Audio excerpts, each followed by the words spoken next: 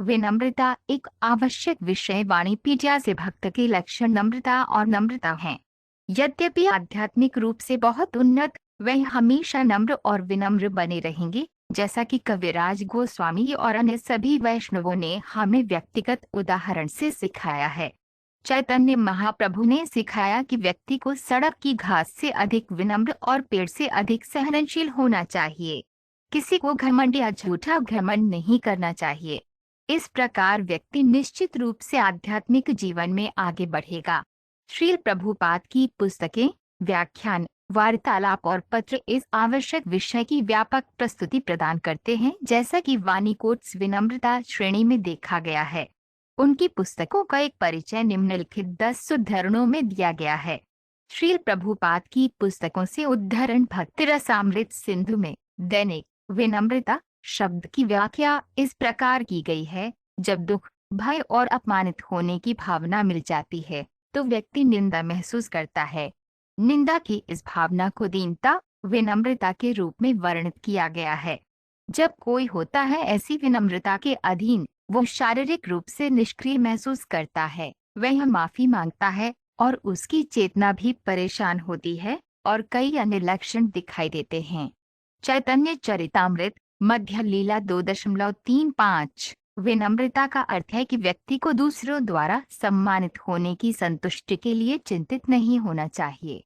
जीवन की भौतिक अवधारणा हमें दूसरों से सम्मान प्राप्त करने के लिए बहुत उत्सुक बनाती है, लेकिन पूर्ण ज्ञान वाले व्यक्ति के दृष्टिकोण से जो जानता है कि वह ये शरीर नहीं है, इस शरीर से संबंधित कुछ भी सम्मान या अपमान बेकार है।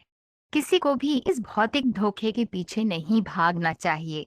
भगवद गीता 13 अगस्त 12। ऐसे बेईमान विद्वान को विज्ञापन देने से रोकना जीव गोस्वामी के लिए सही था कि उसने श्री रूप गोस्वामी और सनातन गोस्वामी को हरा दिया था, लेकिन सहजिया वर्ग ने अपनी अशिक्षा के कारण इस घटना का उल्लेख करते हुए श्री जीव गोस्वामी पर विनम्रता के सिद्धांत से भटकने का आरोप लगाया।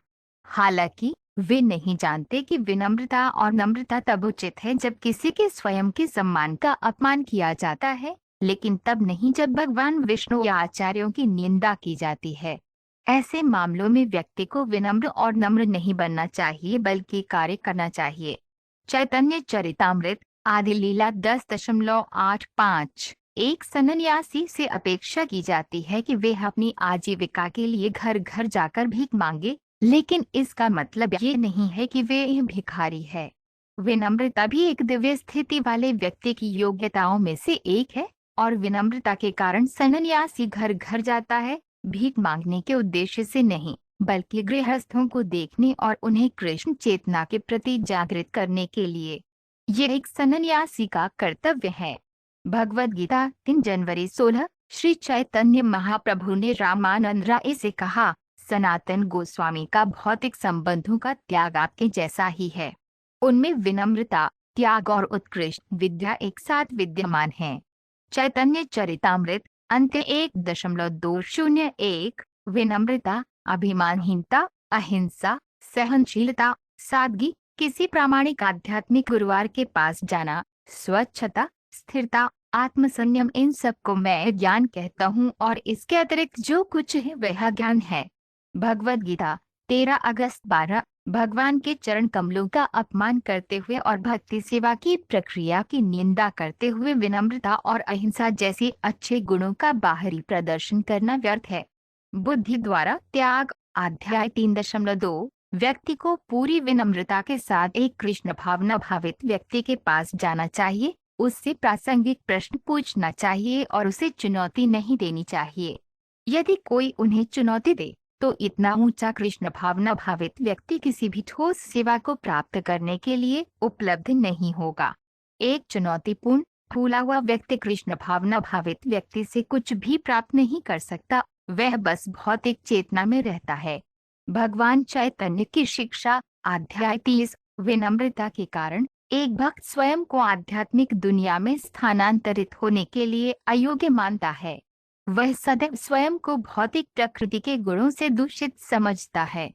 न ही किसी भक्त को भौतिक प्रकृति के गुणों से मुक्त होने के लिए प्रार्थना करने की कोई आवश्यकता है। भक्ति सेवा स्वयं दिव्य स्थिति में है, इसलिए इस विशेष सुविधा के लिए पूछने का कोई सवाल ही नहीं है। निष्कर्ष यह है कि एक शुद्ध भक्त जन्म और मृत्यु की पुनरावृत्ति को रोकने के लिए उत्सुक नहीं होता है, बल्कि हमेशा अन्य भक्तों के साथ जुड़ने के लिए उत्सुक रहता है जो भगवान की महिमा के बारे में जप और श्रवण में लगे हुए हैं। श्रीमद्भागवत 4.30-33। जब कोई स्वयं को अज्ञानी के रूप में प्रस्तुत करता है तो उसका व्यवहार विनम्रता कहलाता है, और जब उत्साह का अभाव होता है तो उसे कायरता कहा जाता है। अतः विनम्रता में कभी कभी कायरता भी झलकती है। भक्ति का अमृत, अध्याय 31।